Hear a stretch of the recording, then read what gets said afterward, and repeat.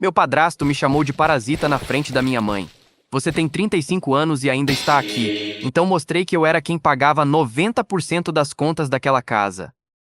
Olha, eu nunca achei que ia precisar vir aqui desabafar, mas o que rolou na última semana foi bizarro, e eu ainda estou tentando processar o tamanho da cara de pau. Para vocês entenderem o nível da loucura, eu preciso contextualizar. Eu tenho 35 anos e sou analista de sistema sênior. Trabalho remoto para uma empresa nacional de grande porte, tenho um salário muito bom, mas sou um cara totalmente pé no chão. Não tenho essa pira de ostentação. Meu computador é bom, mas é de trabalho, nada de luzes coloridas ou setup de última geração. Minhas roupas são de marcas legais, duráveis, mas nada que custe um rim. Eu gosto de qualidade, não de aparecer. Minha mãe se casou com o Ricardo faz uns 6 anos. No começo, o cara era um lorde, tratava ela super bem, mas depois que foram morar juntos, a máscara caiu. O Ricardo é aquele tipo de cara que se acha o macho alfa, o provedor, mas a real é que o ego dele é 10 vezes maior que a conta bancária. Ele trabalha com vendas, só que é aquela coisa instável, tem mês que ganha algo e mês que não ganha nem pra gasolina. A gente mora em uma casa de bairro, uma casa boa, espaçosa, mas nada de condomínio de luxo ou castelo. O ponto é que a minha mãe sabe que eu ganho bem e ela aceita minha ajuda, claro. Só que para não ferir o orgulho bobo do Ricardo e evitar briga entre eles, ela faz um malabarismo financeiro. Eu deposito o dinheiro na conta dela todo mês e ela vai quitando as parcelas da casa, o IPTU, a luz e faz o rancho do mês no mercado. Ela diz para ele que conseguiu esticar o orçamento, que fez milagre com o que ele deu ou que as contas vieram mais baixas. Ela basicamente blinda o ego do cara pra gente ter paz em casa. Então, na cabeça limitada do Ricardo, ele banca a maior parte das coisas, e eu sou só o filho que ajuda com um trocado, enquanto moro de graça. Mal sabe ele que sem o meu aporte, eles já teriam perdido essa casa, ou estariam vivendo à base de ovo e luz cortada. Eu aceitava esse papel de coadjuvante pela felicidade da minha mãe, mas a folga dele passou do limite. O Ricardo começou a ficar insuportável. Ele reclamava que eu ocupava muito espaço na mesa da sala com o meu notebook, que eu gastava muita luz trabalhando o dia todo. Ele começou a soltar umas piadinhas ácidas nas refeições, tipo, tem gente que já passou da idade de ser sustentado, olhando direto pra mim como se eu fosse um encosto. Eu ficava na minha por consideração à minha mãe, mas na terça-feira passada o balde entornou de um jeito que não deu mais pra segurar. A gente estava jantando, um silêncio tenso, e eu cometi o erro de avisar que a conta de internet ia vir um pouco mais alta, porque precisei dobrar a velocidade do plano para dar conta do volume de dados que eu estava subindo para o servidor da empresa. O Ricardo soltou o garfo no prato, fez aquele barulho alto e olhou para minha mãe com um desprezo que me ferveu o sangue. Ele disse: "Márcia, deu para mim.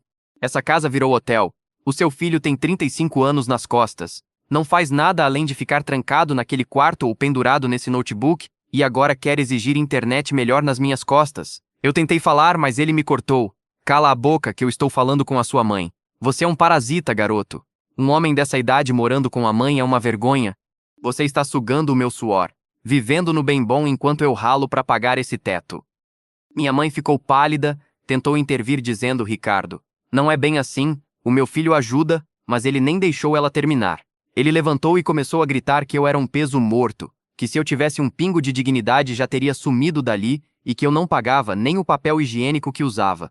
Foi ali que a minha paciência de anos evaporou em um segundo. Eu olhei para ele, bem calmo, e perguntei: "Ricardo, você tem certeza que quer seguir por esse caminho? Você realmente acredita que é o seu trabalho de vendas que mantém essa casa em pé?" Ele deu uma risada debochada e disse: "Claro que é.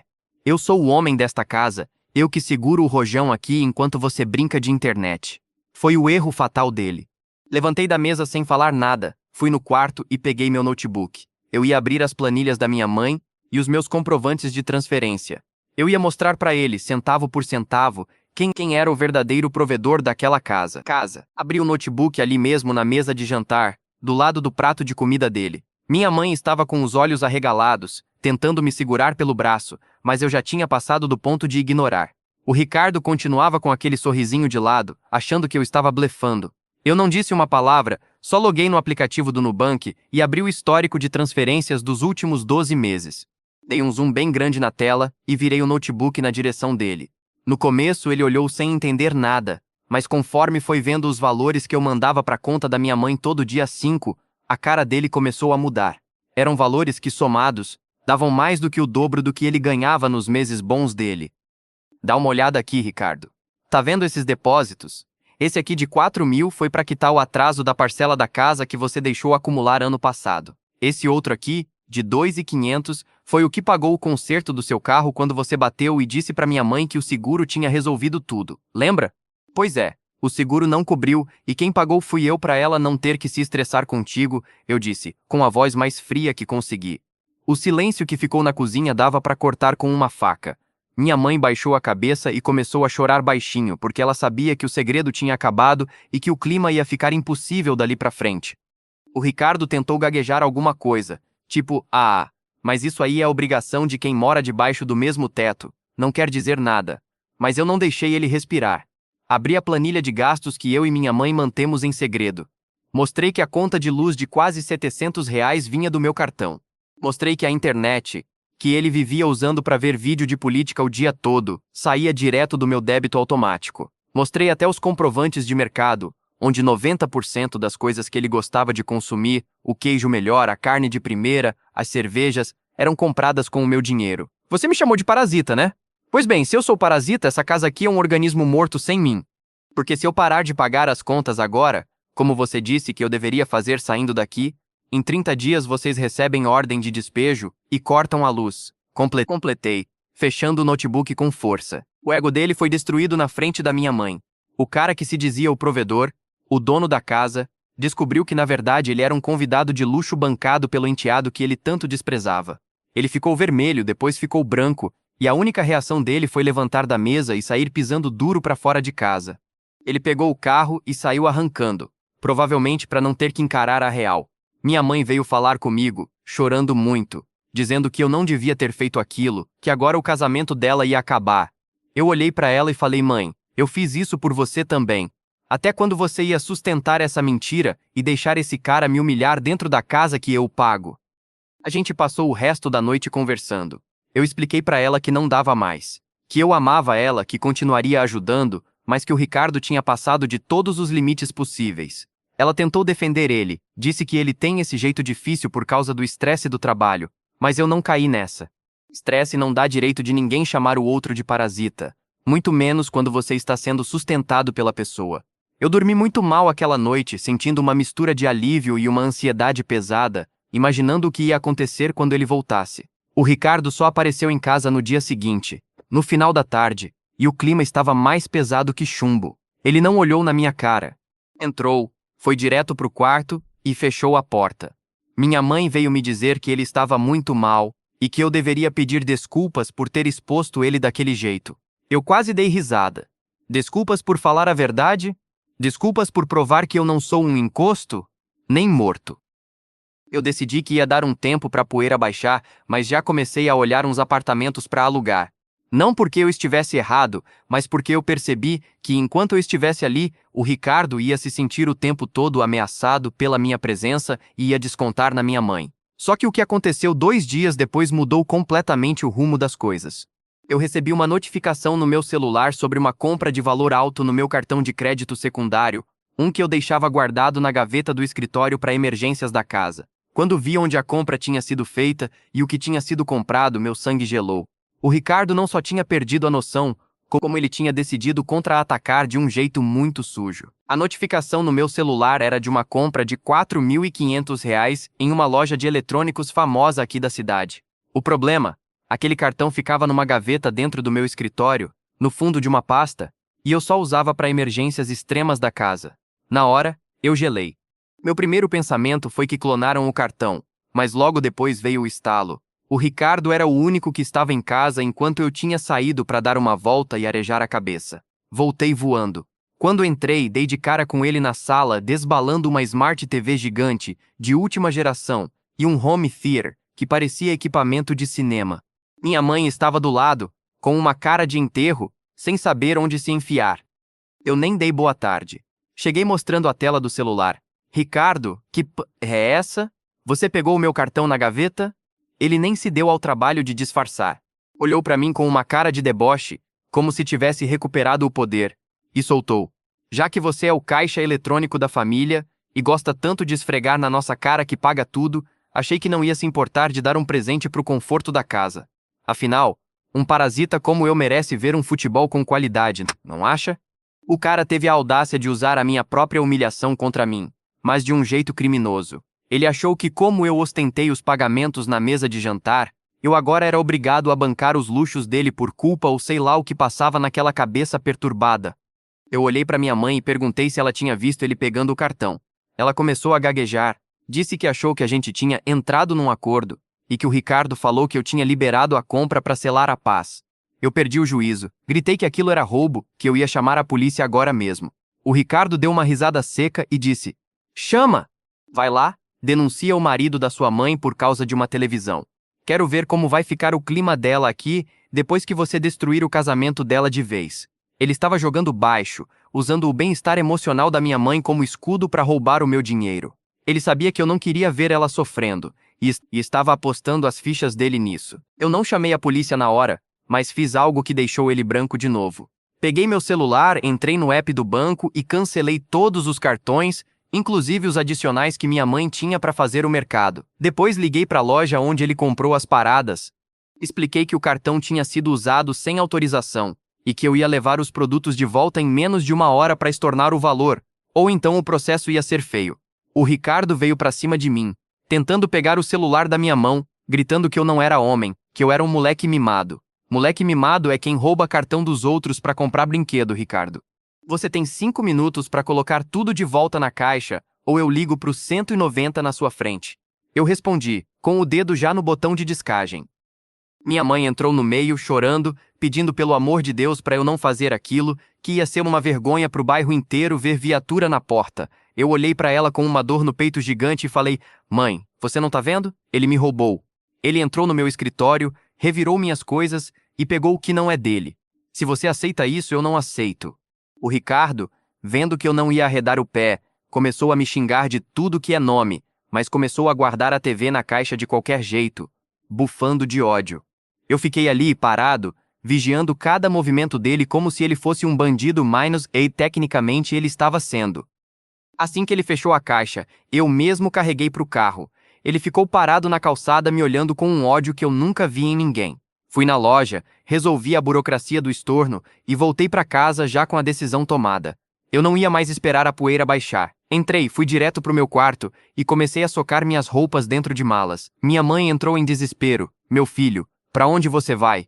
"Não faz isso, a gente conversa." Eu olhei para ela e fui bem realista. "Mãe, não tem conversa. Ou é ele ou sou eu. E como você escolheu passar pano para um cara que me rouba, eu estou escolhendo a minha dignidade." O que eu não esperava era que, enquanto eu arrumava as malas, o Ricardo estava lá fora fazendo uma ligação que ia transformar aquela briga de família em um caso de justiça muito mais sério. Eu estava fechando a última mala quando ouvi a voz do Ricardo lá na sala, num tom de voz que ele não tinha usado o dia todo. Ele estava falando com alguém no telefone, todo articulado, dizendo coisas tipo: "Ele me agrediu. Estou me sentindo acuado dentro da minha própria casa." Na hora eu não acreditei. O cara que me roubou, que me chamou de parasita e que quase partiu para cima de mim quando eu peguei a TV, estava ligando para a polícia ou para um advogado para inverter o jogo e pagar de vítima. Saí do quarto com o celular na mão, já gravando tudo, porque eu sabia que com gente desse tipo você não vacila sem prova. Quando cheguei na sala, o Ricardo deu um pulo e mudou o semblante na hora, fingindo uma cara de medo totalmente forçada. Ele desligou o celular e olhou para minha mãe.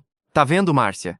Ele está me perseguindo com esse celular, querendo me filmar para me humilhar de novo. Eu não me sinto seguro aqui. Eu vou fazer um boletim de ocorrência contra ele por agressão psicológica e tentativa de agressão física." Minha mãe olhou para mim com uma cara de decepção que me rasgou o peito. Ela perguntou: "Meu filho, você encostou nele. Por que você está fazendo isso?" Eu só mostrei o celular para ela e disse: "Mãe, eu não encostei um dedo nele. Ele está mentindo para te manipular e para tentar me ferrar porque eu descobri o roubo do cartão." O Ricardo começou a gritar que o cartão era comum da casa e que eu não tinha direito de tratar ele como criminoso. Foi ali que eu percebi que o buraco era muito mais embaixo.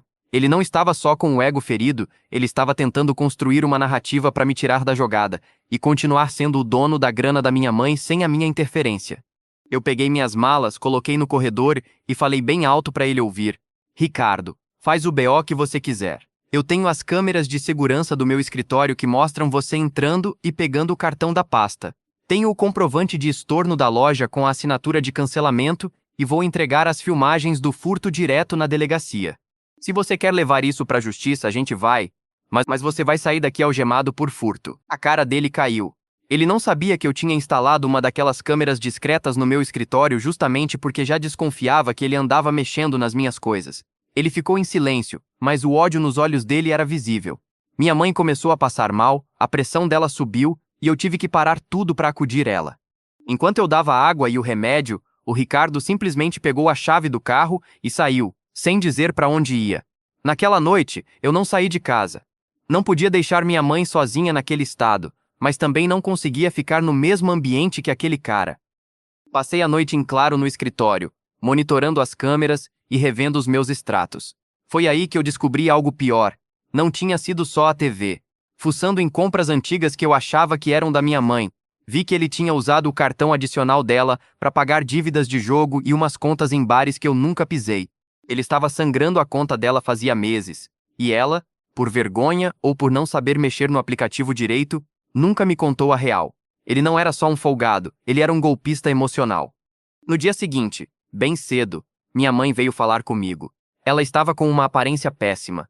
Parecia que tinha envelhecido 10 anos em uma noite. Ela sentou na minha frente e disse: "Meu filho, eu conversei com o Ricardo de madrugada. Ele disse que se você não for embora hoje e retirar as câmeras, ele vai contar para a família toda que você tentou bater nele e que você é o culpado por eu estar doente." Eu olhei para ela e perguntei: "E você acredita nele, mãe?" O silêncio dela foi a resposta que eu mais temia. Ela não disse que acreditava, mas disse que queria evitar o escândalo. Ali eu entendi que para minha mãe, a aparência do casamento valia mais do que a verdade do filho que sustentava ela. Eu não discuti. Levantei e terminei de carregar o carro e, antes de sair, fiz uma última coisa. Imprimi todos os extratos de jogo e as faturas dos bares que o Ricardo pagou com o dinheiro que eu mandava para ela. Deixei em cima da mesa da cozinha com um bilhete. "Isso aqui não é estresse de trabalho, mãe. Isso aqui é o que o provedor faz com o seu dinheiro.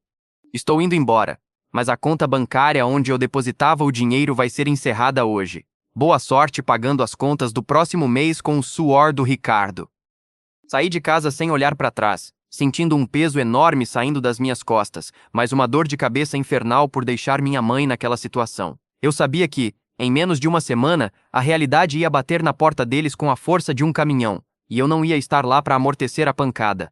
Mas o que eu não imaginava é que o Ricardo ia ter a cara de pau de me procurar no meu novo endereço para pedir um empréstimo, em nome da minha mãe. Eu me mudei para um apartamento que aluguei às pressas, num esquema meio de temporada, só para ter onde cair enquanto decidia o que fazer da vida. Estava curtindo o silêncio, sem ninguém me chamando de parasita ou vigiando quanto tempo eu ficava no computador, mas a preocupação com a minha mãe não saía da minha cabeça. Eu sabia que a bomba ia estourar assim que o dinheiro acabasse. 10 dias depois que eu saí, meu interfone tocou. Quando olhei na câmera, não acreditei. Era o Ricardo. O cara teve a pachorra de descobrir meu endereço e ir até lá. Abri a porta já com os dentes cerrados. Ele entrou com aquela cara de cachorro que caiu da mudança, todo murcho, bem diferente do macho alfa, que gritava comigo na cozinha. Ele nem esperou eu falar e já começou com um papinho mole. "Cara, a gente precisa conversar como dois homens. Sua mãe está mal, não para de chorar e as contas chegaram. Eu tive um prejuízo grande numa venda e a coisa apertou demais esse mês." Eu dei uma risada bem alta na cara dele. "Ué, Ricardo, cadê o suor do provedor? Cadê o homem da casa que não precisava de moleque mimado ajudando?" Ele baixou o olho e veio com uma conversa de que errar é humano, e que ele estava ali pedindo um empréstimo, mas que era em nome da minha mãe, porque ela estava com muita vergonha de me procurar depois de tudo. Mas aí que tá o detalhe, eu tinha conversado com a minha mãe por telefone no dia anterior. A gente se falou por um tempão e ela me disse que o Ricardo tinha prometido que ia sair no dia seguinte bem cedo para resolver umas pendências de trabalho e trazer o dinheiro das contas. Ou seja, ele usou essa desculpa do trabalho para ela, mas na verdade o plano dele era vir bater na minha porta escondido para me extorquir. Ela não fazia a mínima ideia de que o trabalho dele era tentar me dar outro golpe usando o nome dela para cobrir os buracos que ele mesmo cavou com jogo e bebida. Eu deixei ele falar, se enrolar todo nas mentiras, e quando ele terminou, eu mostrei o celular. "Ricardo, Eu falei com a minha mãe ontem. Ela me contou que você ia sair hoje cedo para resolver negócio de trabalho e comissão. Você mentiu para ela e veio aqui pelas minhas costas tentar me arrancar grana. Na mesma hora a máscara caiu. O semblante de coitado sumiu e a agressividade de sempre voltou. Escuta aqui, seu idiota. Se você não me der esse dinheiro, eu vou voltar para lá e dizer para ela que você riu da situação dela, que disse que queria que ela se ferrasse sozinha. Eu vou acabar com o resto de carinho que ela tem por você. Ali eu percebi que não tinha mais conversa. O cara era um mau caráter profissional. Eu só apontei para a porta e falei: sai agora. Se você pisar aqui de novo, ou se eu souber que você abriu a boca para mentir sobre mim, eu pego as gravações da câmera do escritório e levo direto na delegacia. Eu não fiz o BO antes por causa da minha mãe, mas se você tocar no meu nome, eu te coloco na cadeia. Ele saiu me xingando de tudo quanto é nome, chutou o lixo do corredor e foi embora soltando fogo pelas ventas. Mas o problema real veio 2 dias depois. Minha mãe me ligou de madrugada, aos prantos. Quase não dava para entender o que ela falava. O Ricardo tinha chegado em casa bêbado, surtado e confessado que tinha ido atrás de mim. Mas claro, ele contou a versão dele. Disse que eu tinha humilhado ele, que eu tinha dito que ela era um fardo na minha vida, e que eu queria que ela morasse na rua para aprender a não ser ingrata. O cara fez exatamente o que prometeu.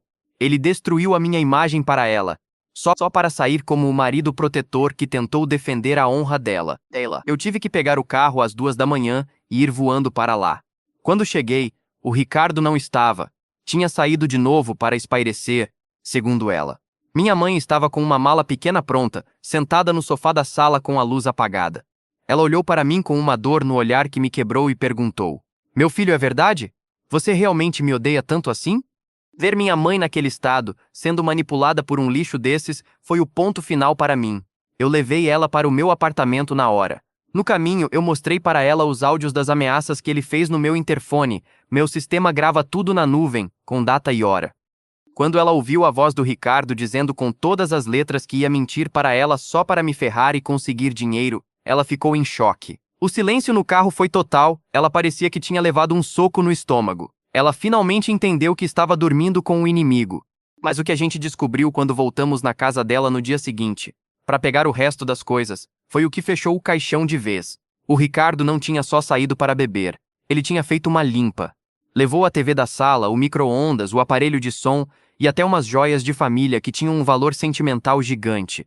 O homem da casa tinha virado um ladrão comum. Minha mãe ficou em estado de choque quando viu a sala vazia. Ela passava a mão onde ficava a TV, abria os armários da cozinha e via que o cara tinha levado até os eletrodomésticos menores. Foi a ficha caindo da pior forma possível. O homem com quem ela dividiu a vida nos últimos 6 anos era um criminoso de oportunidade. Eu não perdi tempo, peguei o celular e liguei para a polícia ali mesmo. Dessa vez, não teve choro de mãe que me impedisse. A gente fez o boletim de ocorrência por furto, e eu fiz questão de entregar o pendrive com as imagens da câmera do meu escritório, onde mostrava ele roubando meu cartão dias antes. O policial olhou para mim e disse: com essas imagens aqui e o sumiço dos bens da sua mãe, a gente consegue expedir um mandado rapidinho. A gente passou o dia trocando as fechaduras da casa. Eu contratei um chaveiro particular e instalei um sistema de segurança novo, daqueles que manda alerta direto pro meu celular. Minha mãe estava uma pilha de nervos, mas eu sentia que, no fundo, ela estava sentindo um alívio que não sentia há anos. O peso de sustentar o ego de um cara encostado tinha acabado. Só que o Ricardo não ia sumir assim, sem um último show de horrores. 2 dias depois, ele começou a mandar mensagens de números diferentes. Primeiro, ele tentou o vitimismo. Márcia, eu fiz isso por nós. Eu ia vender as coisas para pagar uma dívida de gente perigosa que estava me ameaçando. Eu queria te proteger. Depois, como ela não respondeu, ele mudou pro ódio. Você e seu filhinho idiota vão me pagar. Eu vou destruir vocês na justiça. Vou pedir metade de tudo que tem nessa casa. Eu bloqueava um número e ele aparecia com outro. O cara estava num surto psicótico de perder a teta que ele mamava. Foi aí que eu recebi uma ligação do meu advogado. Ele me disse que o Ricardo tinha tido a audácia de entrar com uma ação de reconhecimento de união estável cumulada com partilha de bens, pedindo inclusive uma pensão alimentícia provisória, alegando que ele era dependente financeiro da minha mãe e que eu o tinha expulsado de casa com violência. Eu quase caí da cadeira de tanto rir. O cara que me chamou de parasita agora estava declarando judicialmente que era um dependente, um sustentado. Doutor, Pode deixar ele seguir com isso. Eu tenho cada extrato bancário, cada comprovante de transferência. E o mais importante, eu tenho as notas fiscais de tudo que ele levou da casa no nome da minha mãe e no meu, eu disse pro advogado. A gente montou uma defesa que era um dossiê completo. Não era só sobre o divórcio, era sobre expor a fraude que ele viveu durante 6 anos. Enquanto isso, a polícia estava atrás dele por causa do furto. O Ricardo achou que ia ganhar no grito, mas ele esqueceu que no mundo dos adultos, o que vale é o que está no papel e no extrato. Uma semana depois, a notícia veio. O Ricardo tinha sido parado numa blitz em outra cidade, dirigindo o carro que ainda estava no nome da minha mãe, e que ele não tinha pago uma parcela sequer. Como o veículo estava com queixa de apropriação indébita, e ele tinha o mandado pelo furto dos eletrônicos, ele foi em cana ali mesmo. Quando minha mãe soube, ela desabou no choro, mas não era de tristeza, era de limpeza. Ela me abraçou e disse: "Meu filho, me perdoa por ter deixado esse homem entrar nas nossas vidas. Eu fui cega." Eu levei ela para jantar num lugar legal, um lugar que a gente não ia há anos porque o Ricardo sempre dizia que era caro demais, claro, ele queria que a grana sobrasse para a bebedeira dele. A gente estava conversando sobre o futuro, sobre vender aquela casa e comprar algo menor, só para ela, perto de onde eu moro, quando o celular dela apitou. Era uma mensagem da irmã do Ricardo que a gente não via há séculos. O que ela contou na mensagem fez meu sangue gelar de novo e me mostrou que o golpe do Ricardo era muito mais antigo do que a gente imaginava. Ele não era apenas um aproveitador de momento. Ele tinha um histórico que a gente nunca sonhou em investigar. A mensagem da irmã dele era um textão enorme, pedindo desculpas em nome da família e dizendo que não aguentava mais carregar aquele peso. Ela contou que o Ricardo já tinha feito exatamente a mesma coisa com outras 2 mulheres antes da minha mãe. O modus operandi era idêntico. Ele se aproximava de mulheres sozinhas, com a vida estabilizada ou que tinham filhos que ganhavam bem, fazia o papel de homem da casa, e depois começava a sugar tudo, criando intrigas entre a mãe e os filhos para isolar a vítima.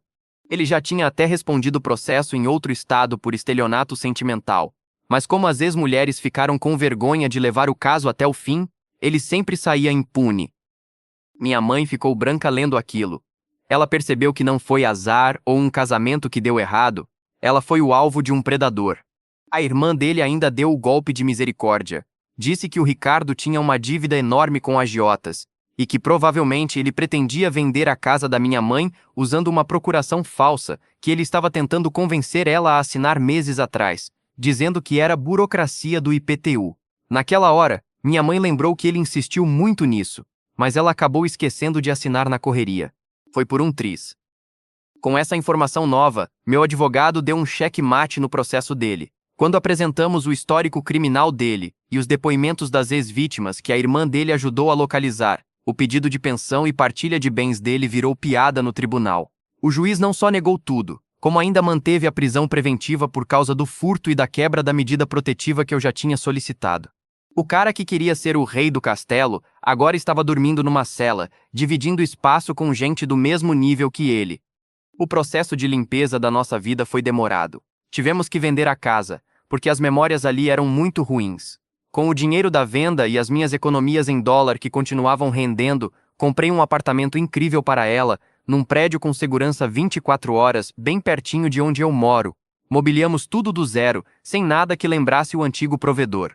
No dia da mudança, vi minha mãe sorrindo de verdade pela primeira vez em anos. Ela não precisava mais esconder extratos, não precisava mais mentir sobre o preço do mercado, e principalmente, não precisava mais ouvir que o filho dela era um fardo. Eu voltei a focar no meu trabalho. Aquela fase de caos até que me ajudou a valorizar mais a paz que o dinheiro pode proporcionar quando é bem usado. Mas eu não relaxei 100%. Continuei monitorando tudo, porque aprendi da pior forma que tem gente que vive de destruir a paz dos outros. O Ricardo ainda tentou mandar uma carta da prisão, escrita à mão, pedindo perdão e dizendo que mudou. Minha mãe nem abriu. Ela me entregou o envelope fechado e disse: "Filho, faz o que você achar melhor." Eu simplesmente joguei no triturador de papel do meu escritório. Hoje, a gente vive outra realidade. Minha mãe virou uma mulher independente de novo. Ela faz os cursos dela, viaja com as amigas e eu continuo sendo o caixa eletrônico com muito orgulho, porque sei que cada centavo que eu gasto com ela é investimento em felicidade, não em ego de malandro. Só que, quando eu achei que a história estava finalmente encerrada e que o Ricardo ia apodrecer no esquecimento, recebi uma ligação de um número desconhecido de um hospital da região. O que a enfermeira me falou do outro lado da linha me deixou num dilema moral que eu não desejava nem pro meu pior inimigo. A enfermeira explicou que o Ricardo se envolveu em uma briga na galeria do presídio. Ele não corria risco de morte, mas estava muito machucado e precisava de exames. Como o contato de emergência ainda era o da minha mãe, o hospital ligou direto para ela. Minha mãe atendeu ali na minha frente. Ouviu tudo com uma expressão neutra, sem sustos ou choro. Ao desligar, apenas disse: "O Ricardo apanhou", e teve a cara de pau de pedir para me ligarem. Eu ia intervir, mas ela me cortou. "Não precisa falar nada, filho. Eu mudei." Ela ligou de volta para o hospital e foi curta. "Aqui é a Márcia, ex-esposa do Ricardo. Não tenho mais vínculo com ele. Procurem a irmã dele e não me liguem mais." Ela voltou ao que estava fazendo com uma frieza que me deu orgulho. Soubemos depois que ele ficou com sequelas permanentes, perdendo parte dos movimentos de um braço e uma perna. O macho alfa agora dependia da caridade alheia para o básico. Os meses passaram e minha vida na empresa gringa decolou. Virei gestor e o salário aumentou. Mas o melhor é a paz em casa. Minha mãe agora domina as próprias finanças e não cai mais em papo de malandro. No último domingo, fazendo um churrasco no apartamento novo, ela me disse: "Filho, você tinha razão. Você foi meu porto seguro quando eu estava cega." Sorri e respondi: "Pois é, mãe. E essa picanha aqui foi paga pelo parasita do computador." Rimos juntos, leves. O Ricardo colheu o que plantou, enquanto nós seguimos unidos e com a consciência limpa. Gente, olha a audácia desse cara. O maluco é sustentado pelo enteado e ainda tem coragem de chamar o moleque de parasita. O mundo não gira, ele capota, né? O que vocês fariam no lugar do OP? Comenta aqui embaixo.